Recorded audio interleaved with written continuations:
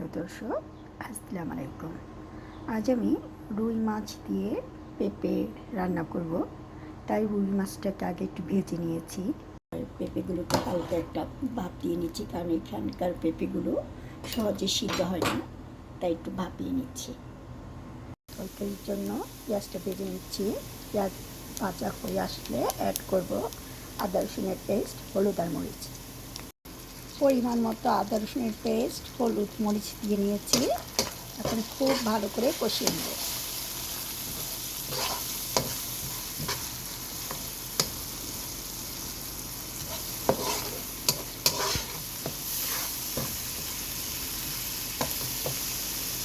মশলাটা কষানোর জন্য কিছুটা পরিমাণ পানি দেব।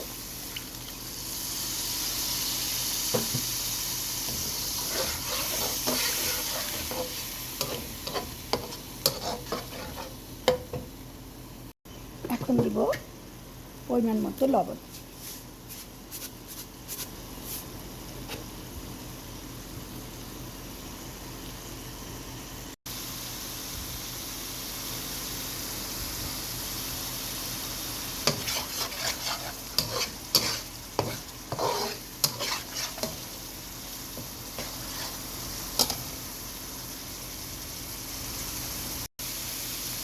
আমার মশলা খুব সুন্দর কষে আসছে। এখন আমি দিয়ে দিব ভাপানো পেঁপে।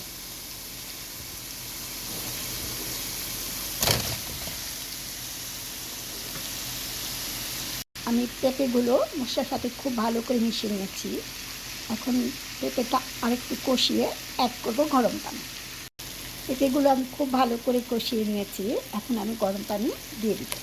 তরকারিটা হালকা একটু ঝোল ঝোল থাকবে, তাই আমি পানির পরিমাণটা একটু বেশি দিয়েছি। এখন ঢেকে রান্না করব। ফিরে আসবো কিছুক্ষণ পর। মাছগুলো দিয়ে দিয়েছি। এখন দিয়ে দেব কয়েক ফালি কাঁচামরিচ।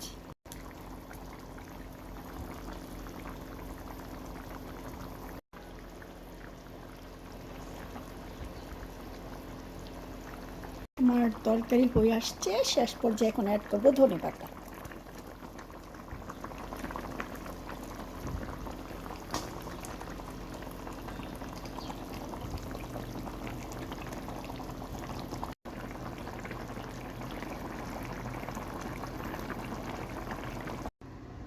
পেঁপে দিয়ে রুই মাছের ঝোল অলমোস্ট ডান।